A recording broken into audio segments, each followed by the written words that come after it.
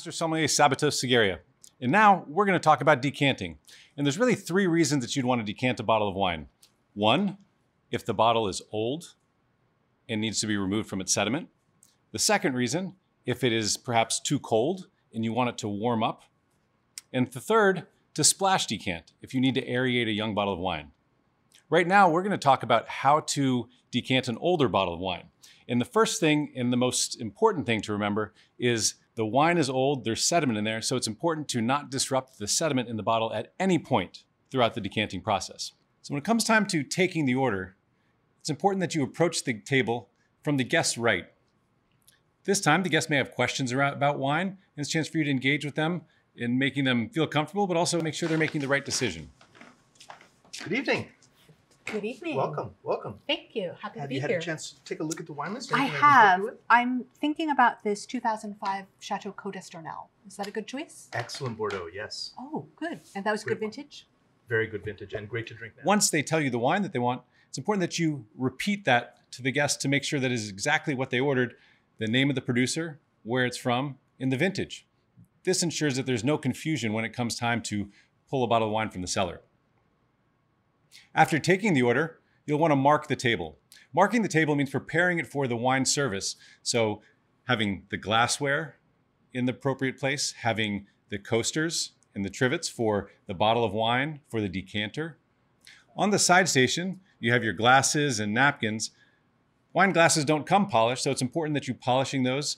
And in restaurants, you have all different types of glasses for champagne, for white wine, for Bordeaux, for Burgundy. So it's important to choose the correct glassware for the bottle of wine that the guest has ordered. Always using a tray that's been lined with a napkin, you'll want to present the wine glasses, starting with the host and moving clockwise around the table. And whenever you're putting down the glasses, it's important that they're always in a consistent place on the table at every single guest's position. Ideally using the knife as a point of reference to line it up either at 12 o'clock or just to the right of the tip of the knife. So we're going to be heading down to the cellar. When you're storing the wine in the cellar, sometimes the label's facing up, sometimes it's facing down, sometimes it's facing sideways.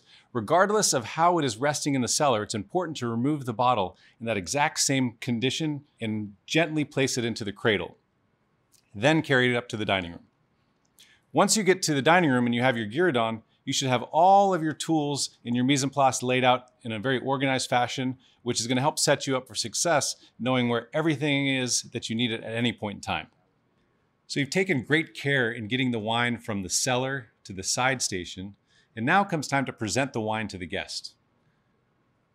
You'll want to keep the wine in the cradle and gently bring it over to the guest to present the wine.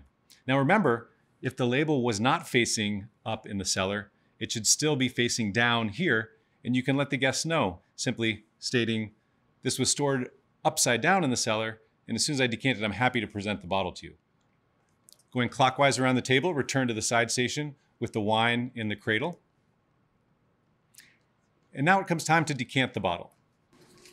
So the first thing you're going to do is to light the candle. And the candle allows you to actually see through the bottle of wine as you're decanting it.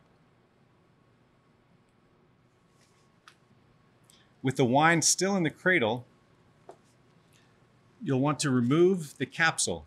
And to do this, go to just underneath the lip, and in two motions, ideally, cut one underneath and one over the top, and then gently peel back the capsule and putting the remains of it in your pocket. You never want to leave any type of trash on the side station, and it should be clean at all times.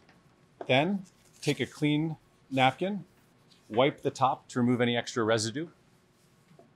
Put your corkscrew in just offset from the center and slowly start to wind the corkscrew into the cork.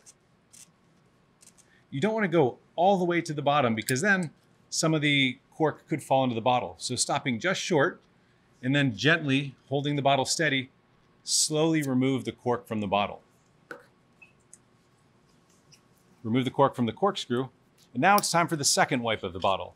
This time you're going to want to go inside the neck to remove any of the residual that's left over from the cork. Now, gently turn the cradle around and remove the bottle, and you can begin decanting very slowly in a steady stream over the candle, looking through the bottle you can actually see the wine moving through the bottle and into the decanter. As soon as you start seeing little bits of sediment moving towards the neck, that's when you're going to want to stop. It leaves the sediment in the bottle and the clean wine in the decanter. Before you bring the wine to the guests, you blow out the candle. It's no longer needed at this point. So after the bottle of wine has been decanted, it's important to present the cork and the bottle to the table. Like the docs again.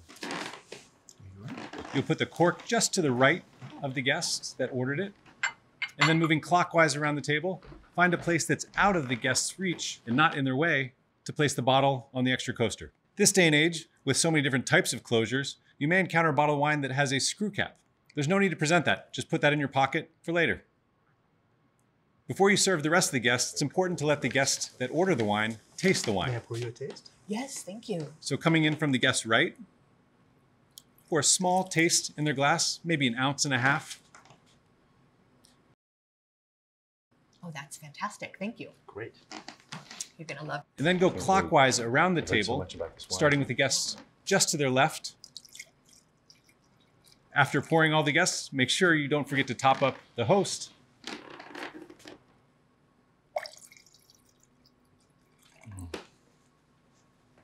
Very nice. I'll leave the decanter right here for you. And at this point, the cork is no longer needed, so you can ask them if you can remove that. Maybe get the cork out of the way? Yes, May I? please. Thanks very much. Cheers. And that is how you decant an aged red wine.